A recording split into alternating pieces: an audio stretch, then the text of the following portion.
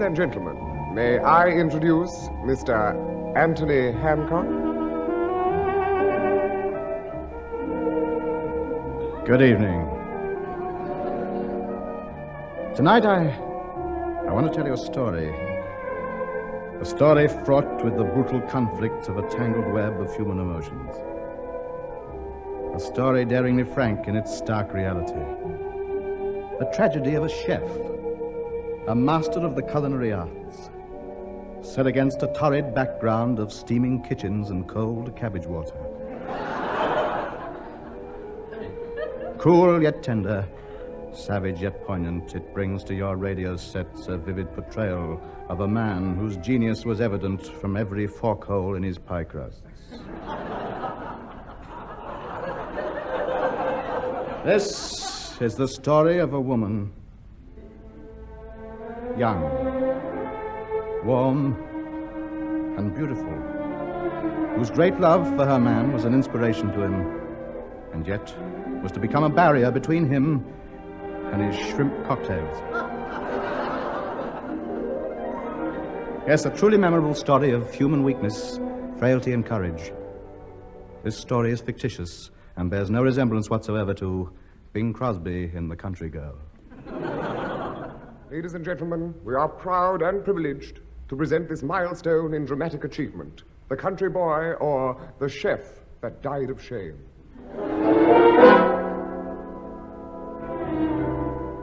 The name of Persoir Egance is now a legend throughout the kitchens of Europe. He was undoubtedly the greatest chef of this century. Yet I, Grant Faversham, knew Persoir Egance when he was only Percy Higgins. Of Higgins' Premier Pie Stall, care of the Horse Trough, Covent Garden. I first met Percy one cold November night in 1948. Higgins' Pie Stall. Hey, all, Charlie. I'm Roland Charles, 7.5. Thank you, and the next. Evening, Perce. Hello, Fred. What you going to have? Pan out the till? Oh, dear.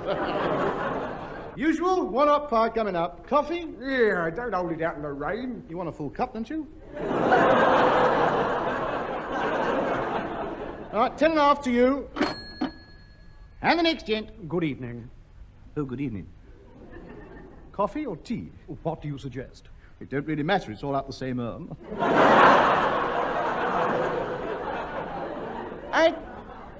I recommend the coffee. Sugar? Please. You'll find a knob on that bit of string. Dip it in and out a few times. Suit your taste. Here you are. Thank you. Are you hungry? No, really, Go on, do yourself a favor. Have one of these. Go on, have one of these. What is it? Hot pie. Go on. Tell me what you think of it. Well, all right. Yes. All right, eh? All right. It's good. It's delicious. I make it myself, you know. Wonderful. Why, this pastry, it's far better than anything I've ever tasted at the Ritz. Well, them stalls up the West End, they don't trouble, you know. Mia, don't you see I'm an artist? Cooking to me is, I don't know, it's an art. It's a way of expressing myself. It's like music. I'm a composer, and my meat pies are my symphonies. If only I could get a job in a little restaurant, I could spread my wings and experiment. I could try the really big stuff. Meat pie and chips. Chips! Chips! Oh, don't go on. Don't torture yourself. I can do it. I know I can. One of these days, I'm going to be a great chef. I'll have my picture on the buses holding up packets of salt.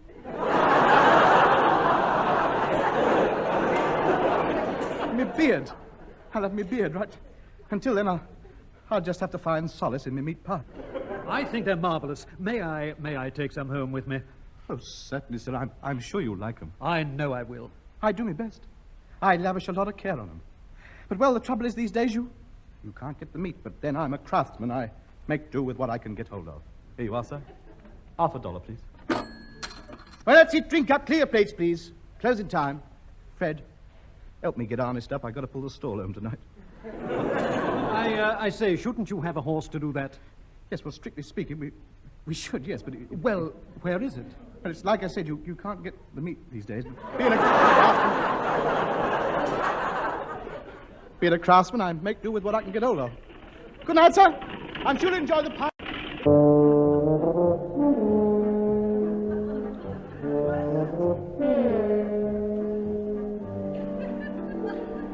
It was as I watched Percy Higgins trotting down the road on all fours, his blinkers flapping in the breeze, that I realized I had just spoken to a great man. Not quite a Wilfred Pickles, perhaps. But then I was determined to help him. I've decided to take him to Paris to study cooking under the greatest chefs in Paris. Percy started his studies at the International School of Cookery in the Champs-Élysées under Monsieur Pinet. And our students, Monsieur Higgins will show us how to make the flaky pastry. Oh. All right, then, certainly, plaisir. Bon chance. Flaky pastry. Well, we empty 1 pound of flour into our mixing bowl, add 4 ounces of cooking fat and a pinch of salt. Now we pour half a pint of water in and mix it all together with our hands. By now, we should have a large, sticky lump of wet dough lying helplessly in the bowl, completely at our mercy. We pick it up and place it on the rolling board. Now, gently removing our left hand,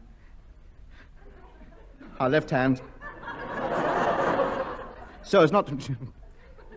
Gently removing our left hand, gently removing our right hand, holding it down with our... We gradually... Placing our foot on it, we pull it... Scraping it off our foot, we then... Sitting on it, we roll over.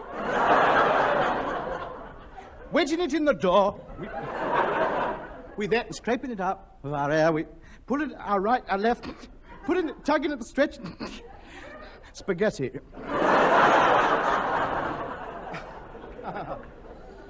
No, look, Monsieur, ici.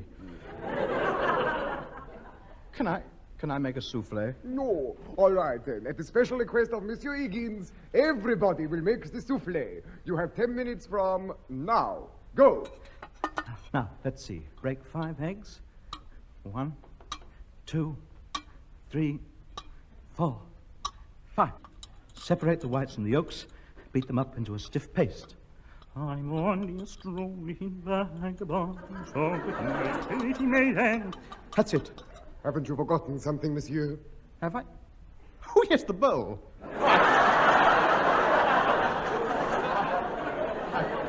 Sorry, half a pound of sugar, drop of milk. I'm in the vale and the valley below, so good night, cooking fat. Cooking fat. Excuse me, miss. Monsieur? Could I have a pinch of your fat? Hey. I'm... That is, Please, monsieur, go away.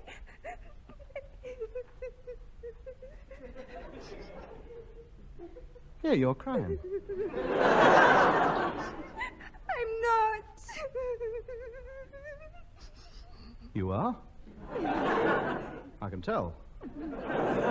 Your cheeks are wet. And there's tears rolling down your face. You're crying, you are? Come on, cheer up. Please don't cry. Oh, I'm sorry, monsieur. It's very silly. Oh, look, here. Blow. Now, what's the matter? Oh, it's silly, I know, but, well, I just don't know how to make a souffle. Is that all? I'll help you, Mrs. Dubois. Martine Dubois. Percival. Percival Higgins. H, high, egg, high, hen, S. Higgins. No, Higgins. The H is silent as in horse. Now, what about this souffle? Let me help. Now, watch me closely. Now, break 5 eggs. 1, 2, 3, 4, 5. Separate the whites from the yolks. Beat into a... Martine. Hmm? The bowl.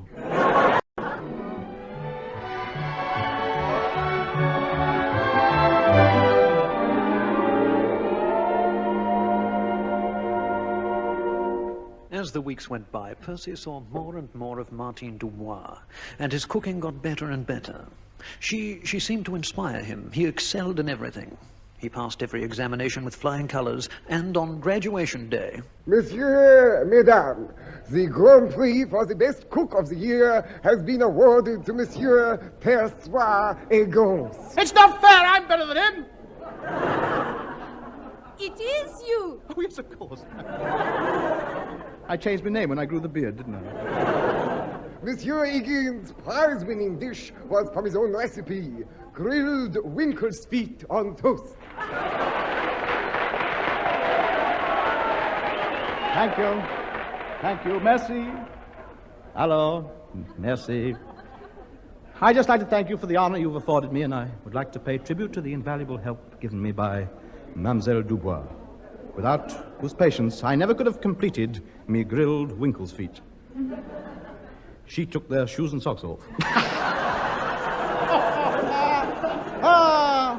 Vive la France.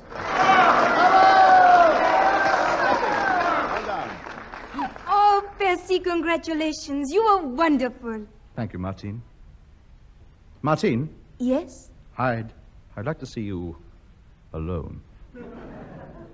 Could I carry your rolling pin home from school tonight? Thank you. Come on, then. Oh, what was it you wanted to see me about? Oh, yes. Martine, Yes, Percy. Persois. I've been thinking about us. So have I. We'll never see each other again after today. I like you, and I'm not much to look at. Oh, that's true. Let me put it another way. Ever since I first saw your apple turnovers, I knew there could be no other. Oh, Martine, can't you see? What? I'm asking you if you would consider sharing the same pie dish with me. Oh, Percy, of course I will.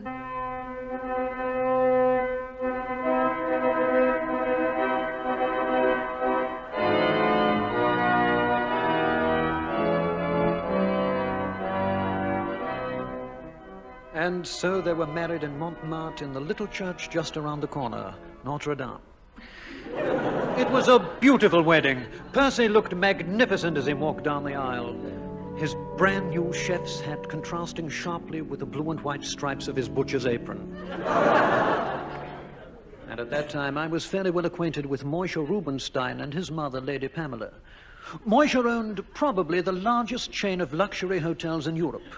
And it was with the idea of getting Percy a job that I invited Moishe to the wedding reception, the food, of course, being cooked by Percy.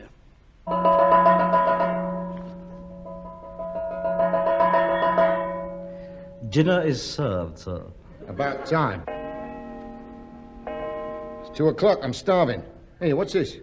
Consomme de Windsor Brun. Yeah. Oh, well, we'll try it.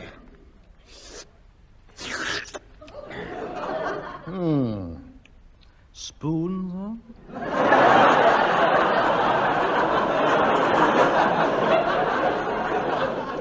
No, thanks. I finished it. Very good. What's next? Poisson, sir. Haven't you got any fish? Poisson is fish, sir. Steamed turbot. Oh, that'll do. Shoot the turbot to me, Herbert.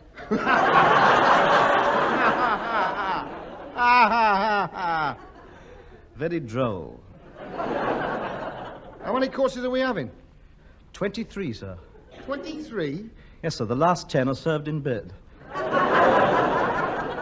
I think you'd better bring on the next courses, Percy. We've got a lot more to get through yet.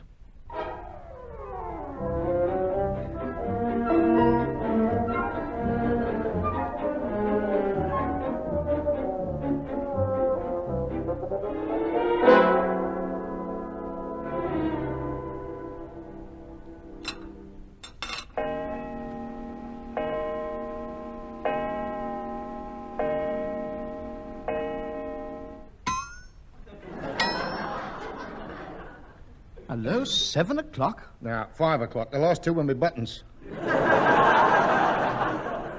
More chicken, Moishe. No, I don't think so, Granty boy. If I have any more, I'll have to saw a chunk out of the table to get near it. But you haven't had any dessert. I'm full up. I don't want any.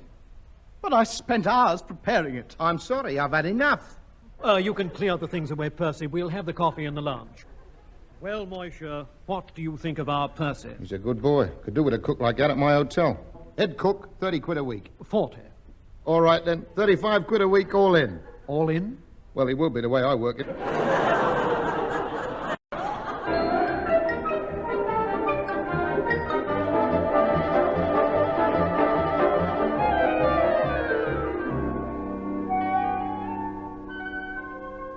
And so the next day, Percy started his new job at the Hotel Rubenstein. He was an immediate success. Celebrities from all over the world came to sample his food. Then finally the seal was set on his greatness. Royalty graced the portals of the Hotel Rubenstein. Francois, show Miss Neagle and Mr. Wilcock to that table.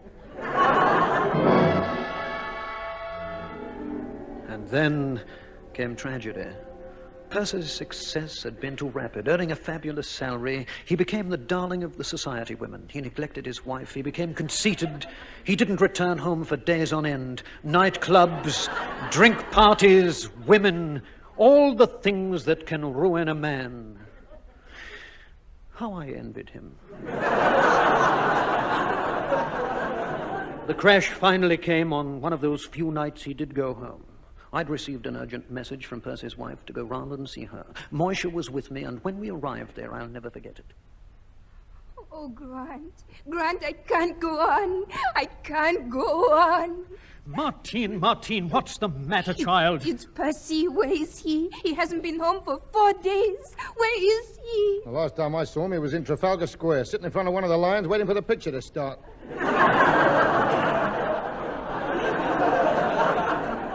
So, he's drunk again. Every time he comes home, it's the same. An empty whiskey bottle in his pocket. He's changed, Grant. He used to save a drop for me. What's happening to him, Grant? I can't stand much more of it. Don't give way now, Martine. You must not. But he ignores me. He walks through the door. I hit him over the head with a rolling pin, and he just lies on the floor and refuses to speak to me.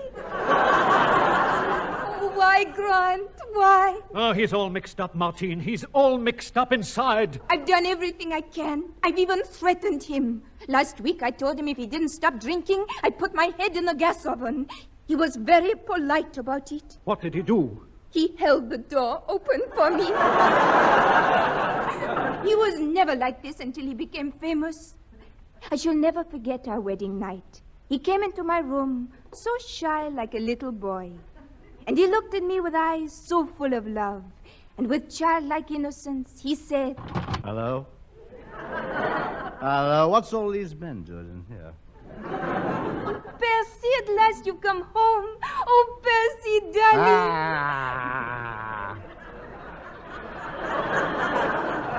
Pull yourself together. No, I like me just the way I am. Spread out. What are you doing in my house anyway, you two? Get out. Go on. Get out. I'll open the door and count 3. 1, 2, 3. All right, then. Stale. I'll get up. Let me out of this flipping wardrobe! Who did that? Who did it? Who did it? Come on. I'll have him out in the garden. 15 rounds, Californian rules.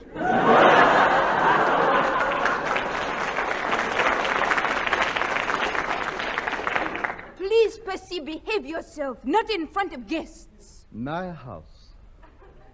Let's have the television on. That'll get rid of them. Percy, I've taken just about as much as I can stand.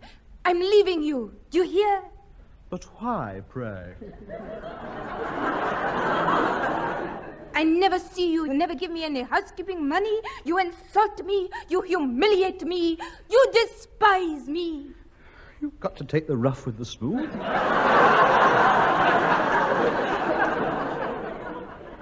We're through. Do you hear?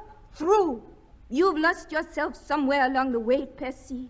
You've only got one hope. You must go out and find yourself. All right. I'll go and have a look down at the Nag's Head. I'm probably in there. Percy! The moment that door slammed, Percy sealed his own fate. Martine left him, and without a support to fall back upon, poor, weak Percy fell lower and lower.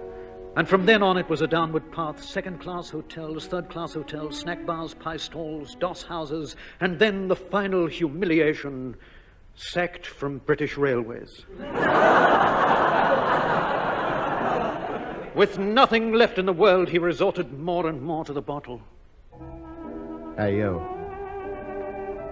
Saber gun. You haven't bought anything yet.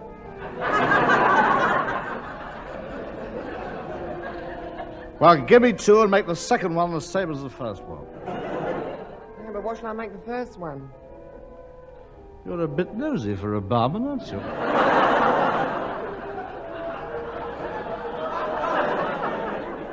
I'm not a barman. This is a chemist shop.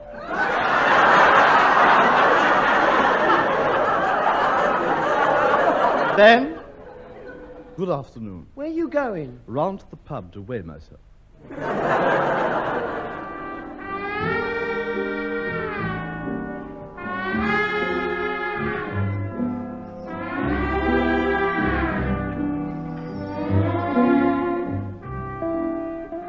Weeks turned into months, and Percy reached rock bottom.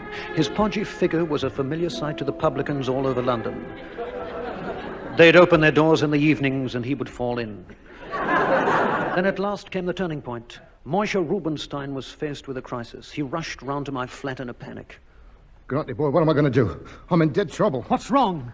I got the United Nations delegates staying at my hotel. They're holding a big banquet tomorrow night, and me cook's turned his hat in. Why? One of the delegates had a row with him about his dumplings. He's trying to get them put on a list. What list? Banned weapons of mass destruction.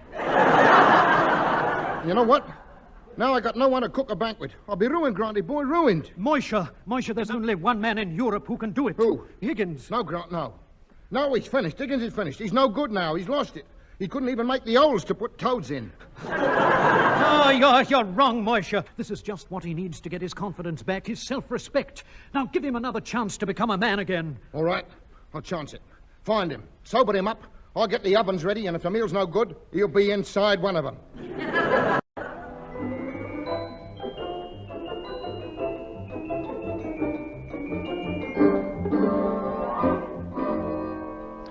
Quickly, I picked up Martine, and we started searching for Percy.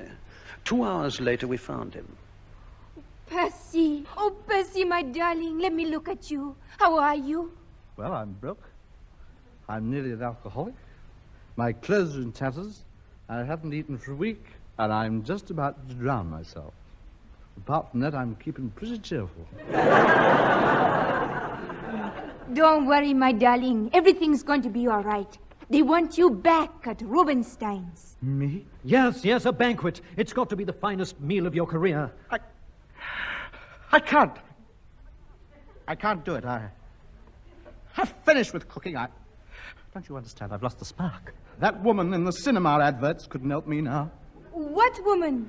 That fat old fairy who nips across them apple tarts with a wand.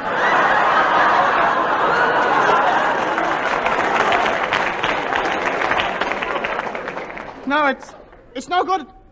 I'll never cook again. Why torment myself? I can't do it. Look at these hands. They've lost their magic. They're useless, don't you see? Look at them. Gnarled, bloated, yellow, soft and flabby. You've got your gloves on. Percy, you've got to try. Do you really think I can do it? Oh, of course you can. Come on. The ovens are waiting for you.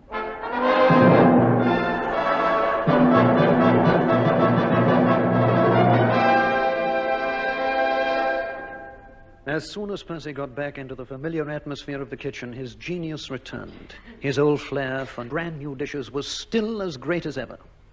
Harry, I want a slice of bread 4 foot square. What for? Elephant's feet on toast.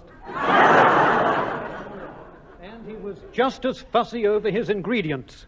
I'm sorry. Take this winkle away. I refuse to cook it. Why not? I haven't seen its pedigree.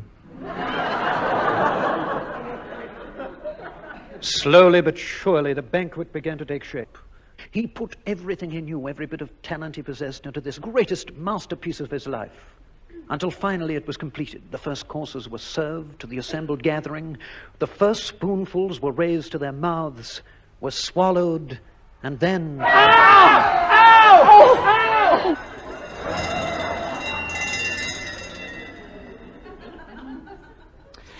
I told him I could.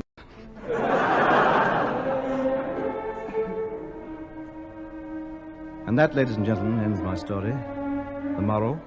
Oh, yes, there's a moral. Simply this. If you happen to own a pie stall in Covent Garden, and you see a bloke come out of the opera into the wet night with the strains of the ballet ringing in his ears, just pull the shutters down and run. And on behalf of the entire company and myself, good night to you all.